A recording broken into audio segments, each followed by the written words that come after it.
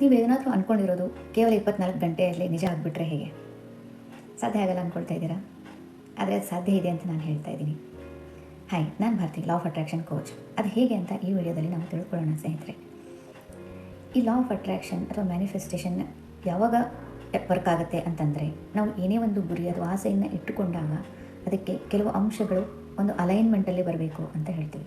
ಅದು ಯಾವುದ್ಯಾವುದಂದರೆ, ನಾವು ಯಾವ ರೀತಿ ಅದನ್ನು ಭಾವಿಸ್ತೀವಿ ಅನ್ನೋದು, ನಮ್ಮ ಫೀಲಿಂಗ್ಸ್ ಆ ಗುರಿಯ ಬಗ್ಗೆ ಏನಿದೆ ಅನ್ನೋದು, ನಾವು ಅದ್ರ ಬಗ್ಗೆ ಏನು ಯೋಚನೆ ಮಾಡ್ತೀವಿ ಅಂತ ಅನ್ನೋದು, ಅದ್ರ ಬಗ್ಗೆ ಏನು ನಂಬಿಕೆ ಇಟ್ಕೊಂಡಿದ್ದೀವಿ, ಆಗುತ್ತೋ ಇಲ್ವಾ ಅಂತ ನಂಬಿಕೆ, ಎಷ್ಟರ ಮಟ್ಟಿಗೆ ನಮ್ಮ ನಂಬಿಕೆ ಇದೆ ಅಂತ ಅನ್ನೋದು, ಹಾಗೆ ಆ ಗುರಿಯನ್ನು ಮುಟ್ಟೋದಕ್ಕೆ ಅಥವಾ ಆಸೆಯನ್ನು ಈಡೇರಿಸ್ಕೊಳ್ಳೋದಕ್ಕೆ ನಾವು ಏನು ಆ್ಯಕ್ಷನ್ಸ್ ತಗೊಳ್ತಾ ಇದ್ದೀವಿ ಅಂತ ಅನ್ನೋದು, ಇವು ನಾಲ್ಕು ಕೂಡ ತುಂಬಾ ಇಂಪಾರ್ಟೆಂಟ್ ಆಗುತ್ತೆ. ನಾವು ಅಂದ್ಕೊಂಡಿರೋ ನಮ್ಮ ಆಸೆ ಈಡೇರಬೇಕು ಅಂತ ಅಂದರೆ, ಈಡೇರಬೇಕು ಅಂತಂದರೆ ಏನು ಮಾಡಬೇಕು, ನಾವು ಅಂದ್ಕೊಂಡಿರೋದು ಅಂತ ಅಂದರೆ, ನಾನು ಈ ಮುಂಚಿನ ವಿಡಿಯೋಗಳಲ್ಲಿ ಹೇಳಿದ್ದೀನಿ. ವಾಟರ್ ಬಾಟಲ್ ಟೆಕ್ನಿಕ್ ಆಗಿರ್ಬೋದು, ಅಥವಾ ವಿಜುವಲೈಸೇಷನ್ ಹೇಗೆ ಮಾಡ್ಕೊಳ್ಳೋದು ಅಂತ ಆಗಿರ್ಬೋದು, ಆ ವಿಡಿಯೋಗಳನ್ನ ನೀವು ನೋಡ್ಬೋದು. ಅದರಲ್ಲಿ ನಾನು ಡೀಟೇಲಾಗಿ ಎಕ್ಸ್ಪ್ಲೇನ್ ಮಾಡಿದ್ದೀನಿ ಹೇಗೆ ಮಾಡೋದು ಅಂತ.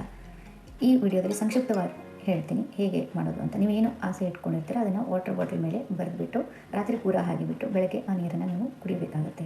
ವಿಜುವಲೈಸೇಷನ್ ಅಂತ ಅಂದರೆ, ಈಗ ನೀವು ಏನೋ ಒಂದು ಇಮ್ಯಾಜಿನೇಷನ್ ಮಾಡ್ಕೊಳ್ತೀರಲ್ವ, ನಿಮ್ಮ ಸ್ನೇಹಿತನ ಜೊತೆಗೆ ಎಲ್ಲೋ ಒಂದು ಮೂವಿಗೆ ಹೋಗಬೇಕು ಅಂತ ಅಂದ್ಕೊಂಡಿರ್ತೀರ.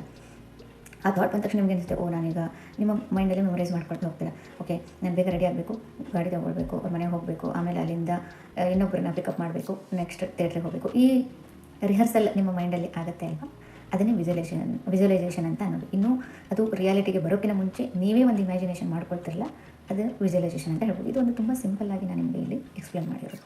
ಓಕೆ, ಕಮಿಂಗ್ ಬ್ಯಾಕ್ ಟು ನಮ್ಮ 24 hours ಮ್ಯಾನಿಫೆಸ್ಟೇಷನ್ ಟೆಕ್ನಿಕ್ ಬಗ್ಗೆ ಅಂತಂದರೆ, ಫಸ್ಟ್ ಸ್ಟೆಪ್ ಇಲ್ಲಿ ನೀವು ಏನು ಅಂದ್ಕೊಂಡಿರ್ತೀರ ಅದನ್ನು ಒಂದು ಪೇಪರ್ ಮೇಲೆ ಬರೆದುಕೊಳ್ಳಿ. ಉದಾಹರಣೆಗೆ ತೊಗೊಳ್ಳೋದಾದರೆ, ನೀವು ಒಂದು ಜಾಬ್ಗೆ ಅಪ್ಲೈ ಮಾಡಿರ್ತೀರ, ಆ ಇಂಟರ್ವ್ಯೂರಿಂದ ಕಾಲ್ ಎಕ್ಸ್ಪೆಕ್ಟ್ ಮಾಡ್ತಿದ್ದೀರಾ ಅಂತ ಅಂದ್ಕೊಳ್ಳೋಣ. ನಾನು ಜಾಬ್ ಇಂಟರ್ವ್ಯೂಗೆ ಎಕ್ಸ್ಪೆಕ್ಟ್ ಮಾಡ್ತಾಯಿದ್ದೀನಿ, ಅವ್ರ ಕಾಲ್ ಎಕ್ಸ್ಪೆಕ್ಟ್ ಮಾಡ್ತಾಯಿದ್ದೀನಿ ಅಂತ ಒಂದು ಹಾಳಲ್ಲಿ ಬರೆದುಕೊಳ್ಳಿ. ಪ್ರೆಸೆಂಟ್ ಟೆನ್ಸಲ್ಲಿ ಬರ್ಕೊಳ್ಳಿ, ಅಥವಾ ನಿಮ್ಮ ಇಚ್ಛೆ ಏನಿದೆ ಅದನ್ನೇ ಬರ್ಕೊಳ್ಳಿ.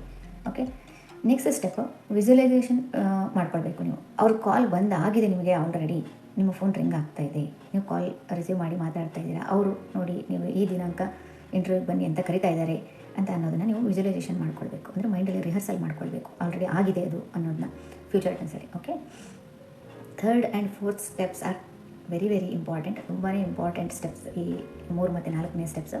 ಏನು ಅಂತಂದರೆ, ನೀವು ಆ ಎಮೋಷನ್ಸ್ನ ಫೀಲ್ ಮಾಡಬೇಕು. ಈಗ ಕಾಲ್ ಬಂದಿದೆ ಅಂದ ತಕ್ಷಣ ನೀವು ಹೇಗೆ ಫೀಲ್ ಮಾಡ್ತೀರಾ? ಸರ್ಪ್ರೈಸ್ ಆಗುತ್ತಾ, ಖುಷಿ ಆಗುತ್ತಾ ನಿಮಗೆ, ಅಥವಾ ಎಕ್ಸೈಟ್ ಆಗ್ತೀರಾ, ಸ್ವಲ್ಪ ನರ್ವಸ್ನೆಸ್ ಆಗುತ್ತಾ? ಈ ಥರ ನಿಮಗೆ ಏನು ಎಮೋಷನ್ಸ್ ಫೀಲ್ ಮಾಡಬೇಕು ಅಂತ ಇರ್ತೀರಾ, ಆ ಎಮೋಷನ್ಸ್ನ ನೀವು ಈಗಲೇ ಫೀಲ್ ಮಾಡಬೇಕಾಗತ್ತೆ. ಸರಿನಾ? ಖುಷಿ ಆಗುತ್ತೆ ಅಲ್ವಾ, ಅದೊಂದು ಪಾಸಿಟಿವ್ ಎಮೋಷನ್, ಅದನ್ನು ಫೀಲ್ ಮಾಡಿ. 4ನೇದು, ನಿಮ್ಮ ಜಾಬ್ ಇಂಟರ್ವ್ಯೂ ಕಾಲ್ ಬಂದಾದಮೇಲೆ ನಿಮ್ಮ ಜಾಬ್ ಸಿಕ್ಕಿದೆ ಅಂತ ನೆನ್ಕೊಂಡು, ಅಥವಾ ನೀವು ಆ ಕಾಲ್ ಬರೋದೇ ನಿಮಗೆ ದೊಡ್ಡದಿತ್ತು ಅಂತಂದರೆ, ಆ ಕಾಲ್ ಬಂದಿರೋದಕ್ಕೆ ನೀವು ಗ್ರ್ಯಾಟಿಟ್ಯೂಡ್ ಹೇಳ್ಕೊಳ್ಬೇಕಾಗುತ್ತೆ. ಏನು ಗ್ರ್ಯಾಟಿಟ್ಯೂಡ್ ಅಂದರೆ, ಅದ್ರ ಬಗ್ಗೆನೂ ಕೂಡ ವಿಡಿಯೋ ಮಾಡಿದ್ದೀನಿ, ನೀವು ನೋಡ್ಕೊಳ್ಬಹುದು. ನನ್ನ ಚಾನಲ್ನಲ್ಲಿ ಆಲ್ರೆಡಿ ಪಬ್ಲಿಷ್ ಆಗಿದೆ ಸ್ನೇಹಿತರೆ. ಗ್ರ್ಯಾಟಿಟ್ಯೂಡ್ ಅಂದರೆ ಥ್ಯಾಂಕ್ಸ್ ಹೇಳೋದು. ಆಲ್ರೆಡಿ ನಿಮಗೆ ಅದು ಆದಮೇಲೆ ನೀವು ಒಂದು ಥ್ಯಾಂಕ್ಸ್ ಹೇಳೋದು, ನನಗೆ ಈ ಜಾಬ್ ಇಂಟರ್ವ್ಯೂ ಕಾಲ್ ಬಂದಿದ್ದಕ್ಕಾಗಿ ತುಂಬ ಥ್ಯಾಂಕ್ಸ್ ಅಂತ ನಿಮ್ಮಲ್ಲಿ ನೀವು ಹೇಳ್ಬೋದು. ಈ 4 ಸ್ಟೆಪ್ಸ್ನ ನೀವು ಸರಿಯಾದ ರೀತಿಯಲ್ಲಿ ತುಂಬ ಮನಸ್ಸಿನಿಂದ ಮಾಡಿದಾಗ ನಿಮ್ಮ ಆ ವಿಷಯ 24 ಗಂಟೆಯಲ್ಲಿ ಖಂಡಿತವಾಗಿ ನೆರವೇರುತ್ತೆ. ನನ್ನ ಲೈಫಲ್ಲಿ ಎಕ್ಸ್ಪೀರಿಯೆನ್ಸ್ ಬರೋದಾದರೆ ಸುಮಾರು ಎಕ್ಸ್ಪೀರಿಯೆನ್ಸಸ್ ಇದೆ ಈ ಥರ. ಅದರಲ್ಲಿ ಕೆಲವೊಂದನ್ನು ನಾನು ಹಂಚ್ಕೊಳ್ಳೋದಾದರೆ, ಒಂದು ಸಾರಿ ನಾನು ಒಂದು ಹಳದಿ ಕಲರ್ ಬಾತುಕೋಳಿನ ನೋಡಬೇಕು ಅಂತ ಅಂದ್ಕೊಂಡೆ. ಯಾಕೆ ಅಂದ್ಕೊಂಡೆ ಅಂತ ನನಗೆ ಗೊತ್ತಿಲ್ಲ, ಸರಿನಾ? ಅದು 24 ಗಂಟೆಯಲ್ಲಿ ಎಷ್ಟು ಮ್ಯಾಜಿಕಲ್ ವೇಯಲ್ಲಿ ಮ್ಯಾನಿಫೆಸ್ಟ್ ಆಯಿತು ಅಂದರೆ, ನಾನು ಅಂದ್ಕೊಂಡು ಅದನ್ನ ಮರೆತು ಬಿಟ್ಟಿದ್ದೆ. ಮಾರನೇ ದಿನ ಹೀಗೆ ಯೂಟ್ಯೂಬಲ್ಲಿ ಯಾವುದೋ ಒಂದು ವಿಡಿಯೋ ನೋಡ್ತಾ ಇದ್ದೆ. ಆ ವಿಡಿಯೋ ನೋಡಬೇಕು ಅಂತ ನನಗೆ ಯಾಕೆ ಅನ್ನಿಸ್ತು ಅಂತಲೂ ಗೊತ್ತಿಲ್ಲ. ನಾನು ಪ್ಲ್ಯಾಂಟ್ಸ್ ಮೇಂಟೆನೆನ್ಸ್ ಬಗ್ಗೆ ವಿಡಿಯೋ ನೋಡ್ತಾ ಇದ್ದೆ. ಅದರಲ್ಲಿ ಅವರು ಒಂದು ಗಿಡವನ್ನು ತಂದು ಟೇಬಲ್ ಮೇಲೆ ಇಡುವಾಗ ಅಲ್ಲಿ ಒಂದು ಹಳದಿ ಕಲರ್ ಬಾತುಕೋಳಿ ನನಗೆ ಕಾಣಿಸ್ತು. ಆವಾಗ ನೆನಪಾಯಿತು, ಹೌದು, ನಾನು ಇದನ್ನು ನಿನ್ನೆ ತಾನೇ ಮ್ಯಾನಿಫೆಸ್ಟ್ ಮಾಡಬೇಕು ಅಂತ ಅಂದ್ಕೊಂಡಿದ್ದೆ, ಹಳದಿ ಕಲರ್ ಬಾತುಕೋಳಿ ನೋಡಬೇಕು ಅಂತ ಅಂದ್ಕೊಂಡಿದ್ದೆ. ಅದು ಆ ರೀತಿಯಲ್ಲಿ ಮ್ಯಾನಿಫೆಸ್ಟ್ ಆಯಿತು ಸ್ನೇಹಿತರೆ. ಸೊ ಇದು ಒಂದಾದರೆ, ಇನ್ನು ಎಷ್ಟೋ ಸಾರಿ ನನ್ನ ಸ್ನೇಹಿತರೊಬ್ಬರು ಹೈದರಾಬಾದಲ್ಲಿ ಇದ್ದಾರೆ, ಅವ್ರ ಜೊತೆ ನಾನು ಪದೇ ಮಾತಾಡ್ತಾ ಇರ್ತೀನಿ. ಅವ್ರಿಗೆ ಯಾವಾಗ ನಾನು ಕಾಲ್ ಮಾಡಬೇಕು ಅಂತ ಅಂದ್ಕೊಳ್ತಾ ಇರ್ತೀನಿ, at the gap of 20 to 25 days ನಾವು ಮಾತಾಡ್ತಾ ಇರ್ತೀವಿ. ಯಾವಾಗ ಸುಮಾರು ದಿನ ಆಯಿತು ಅವ್ರಿಗೆ ಕಾಲ್ ಮಾಡಿ ಮಾತಾಡಬೇಕು ಅಂತ ಅಂದ್ಕೊಂಡಿರ್ತೀನಿ. ಹಾಗೆ ಅಂದ್ಕೊಂಡಿದ್ದು ಒಂದು 2-3 ಗಂಟೆಯಲ್ಲಿ ಅವ್ರ ಕಾಲ್ ನನಗೆ ಬಂದಿರುತ್ತೆ. ಸೊ ಇದು ಒಂದೆರಡು ನನ್ನ ಲೈಫಲ್ಲಿರುವಂಥ 24 hours ಮ್ಯಾನಿಫೆಸ್ಟೇಷನ್ ರಿಸಲ್ಟ್ಸ್ ನಿಮ್ಮ ಜೊತೆ ನಾನು ಶೇರ್ ಮಾಡ್ಕೊಂಡಿದ್ದೀನಿ. ಹೀಗೆ ನಿಮಗೆ ಮ್ಯಾನಿಫೆಸ್ಟೇಷನ್ ಬಗ್ಗೆ ಹೆಚ್ಚು ಟೆಕ್ನಿಕ್ಸ್ನ ತಿಳ್ಕೊಳ್ಬೇಕು ಅಂತ ಅಂದರೆ ನನ್ನ ಯೂಟ್ಯೂಬ್ ಚಾನಲ್ನ ಸಬ್ಸ್ಕ್ರೈಬ್ ಮಾಡ್ಕೊಳ್ಳಿ. ಇನ್ಸ್ಟಾಗ್ರಾಮ್ ಹ್ಯಾಂಡಲ್ ಇಲ್ಲಿ ಮೆನ್ಷನ್ ಆಗಿದೆ, ನನ್ನ ಫಾಲೋ ಮಾಡಿ. Thanks for watching.